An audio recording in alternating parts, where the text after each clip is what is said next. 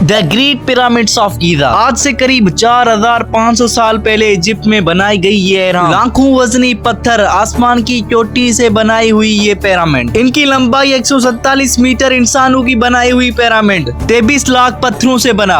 हर एक पत्थर का वजन 2 से 70 टन था। ये वर्ल्ड की 7 अजूबात में शामिल वाहिद एंशिएंट पिरामिड जो आज भी इजिप्ट में मौजूद है। इस बड़े पिरामिड की चोटी में जो सोना था वो किसने चुराया? मरने के बाद रूह हमेशा जिंदा रहती है, इसलिए फेरू खुफू ने मौत के बाद अपनी जिंदगी के लिए खजाना, सोना अता के नौकर तक अपने साथ दफन करवाते थे। फेरू खुफू के लाश को सोने की ममी दिया गया। आज उनके मकबरे में पत्थर के अलावा कुछ भी नहीं है। इस सवाल का जवाब आपको किसी ने भी नहीं दिया होगा। ये सोना किसी साइंटिस्ट ने चुराया या गवर्नमेंट के पास है या कोई आदमी आया था उसने लेके गया? चलिए जानते हैं इस पिरामिड की छुपी हुई राजों को। हम जितना पास्ट में जाते हैं उतना मुश्किल होता जा रहा है। आखिर ये कैसे हुआ और क्यों हुआ?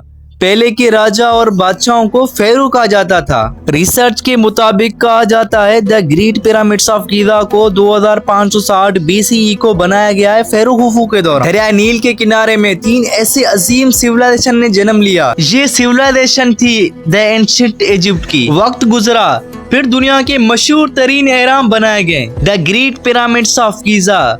ये सबसे बड़ा एहराम खुफू नामी फेरू ने बनवाया था। सेकंड पिरामिड्स ऑफ खाफरे कहा जाता है कि खुफू के बेटे खाफरे ने बनवाया। थर्ड पिरामिड ऑफ मानकोरे खाफरे के बेटे मानकोरे ने बनवाया था। ये सिर्फ 3 पिरामिड्स नहीं है, बताया जाता है कि छोटे और बड़े पिरामिड्स को मिलाकर टोटल 118 पिरामिड्स होते हैं। 118 पिरामिड से कई पिरामिड्स वेदरिंग की वजह से टूट के मलबा हो चुके हैं। 3 पिरामिड्स हैं जो अभी भी कुछ ना कुछ सही है। ये मकबरों के तौर पे बनाए गए थे। यहाँ पर फेरू खुफू को दफन किया जाता था। इस पिरामिड्स को बनाने का मिशन क्या है? कहा जाता है एंशिएंट इजिप्ट का यकीन था कि मौत इख्तिताम नहीं है। इंसान मरने के बाद दूसरी दुनिया में दाखिल होता है, रूह हमेशा जिंदा रहती है। इसलिए फेरू अपने मौत के बाद की जिंदगी के लिए खजाना, सोना, खाना, कपड़े तक ताकि नौकर तक अपने साथ दफन करवाते थे। इनके लाशों को सोने की कोपर से मम्मीफाई किया जाता था ताकि जिस्म खराब ना हो। एंशिएंट इजिप्ट की सबसे मशहूर रिवायत मम्मीफिकेशन थी।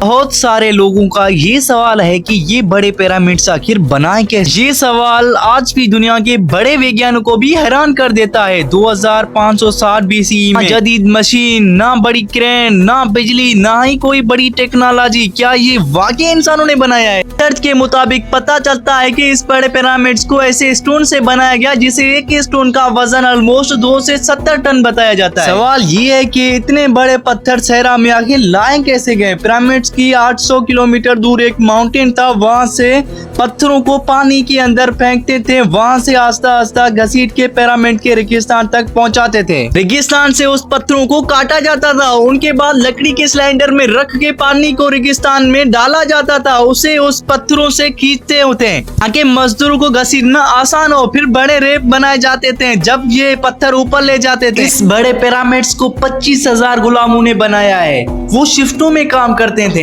उन्हें रोजाना रोटी, गोश्त, मछली खिलाया जाता था।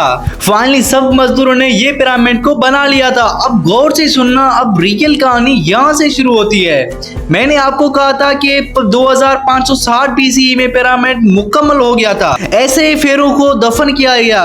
कुछ अरसे के बाद गुलाम भी सारे मर गए थे। उस देश के गुलाम कोई भी नहीं था, सारे गुलाम मिट्टी में दफन हो गए थे। ये वो गुलाम नहीं थे जो फेरू खुफू के दौरान काम करते थे। यहाँ पर इंसानों की नई मृत्यु हुई थी। इस पिरामिड की चोटी में बताया जाता है कि 100 टन से भी ज्यादा सोना लगाया गया था। इस सोने की वजह से उनकी जो विलेज थे वो भी येलो येलो दिखाई देते थे। बहुत सारे वीडियोस में क्रिएटर कहते हैं कि विलेज की खूबसूरती थी, लेकिन नहीं, ये विलेज वालों की बहुत बड़ी दिक्कत थी। एक तो ये पिरामिड सहरा में थे। पिरामिड विलेज से 5 किलोमीटर दूर था। जब दिन के 10 से 12 बज जाते थे तो सूरज बिल्कुल सोने की इक्वल आ जाता था, तो सूरज की जो किरणें थे वो डायरेक्ट इसमें आगे पड़ते थे। ये पिरामिड तो ट्रायंगल था, इनकी चोटी तो थी छोटी थी, लेकिन बेस 13 एकड़ के आसपास में फैला हुआ था। ऊपर चोटी से जैसे किरणें जमीन की तरफ आती थी तो जमीन से रिफ्लेक्स होकर इंसानों की आंखों में जाके लगते। इंसानों को मुश्किल लगता था यह सिलसिला 1 से 2 मंथ तक चला। फिर उन्होंने गवर्नमेंट से अपील की सोने को नीचे लाने के लिए, तो फिर सोने को नीचे की तरफ लाया गया। अगर मैं आपको सोने की प्राइस बताऊं तो लगभग इजिप्ट के होते हैं 570 खरब। ये तो जस्ट पिरामिड की चोटी में जो सोना था हमने उनकी बात की थी। अब पिरामिड के अंदर जो फेरो कुफू का लाश था जो सोने की मम्मी से कवर था वो किसने चुराया?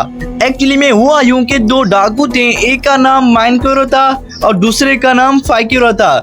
ये 2 डाकू मशहूर थे इजिप्ट के, उन्होंने ये सोना चुराया था। मुझे उम्मीद है कि ये वीडियो आपको पसंद आई होगी। फिर मिलते हैं हम कई नई सिविलाइजेशन वाली वीडियो में, तब तक के लिए आप मुझे दुआओं में याद रखिए। बाय।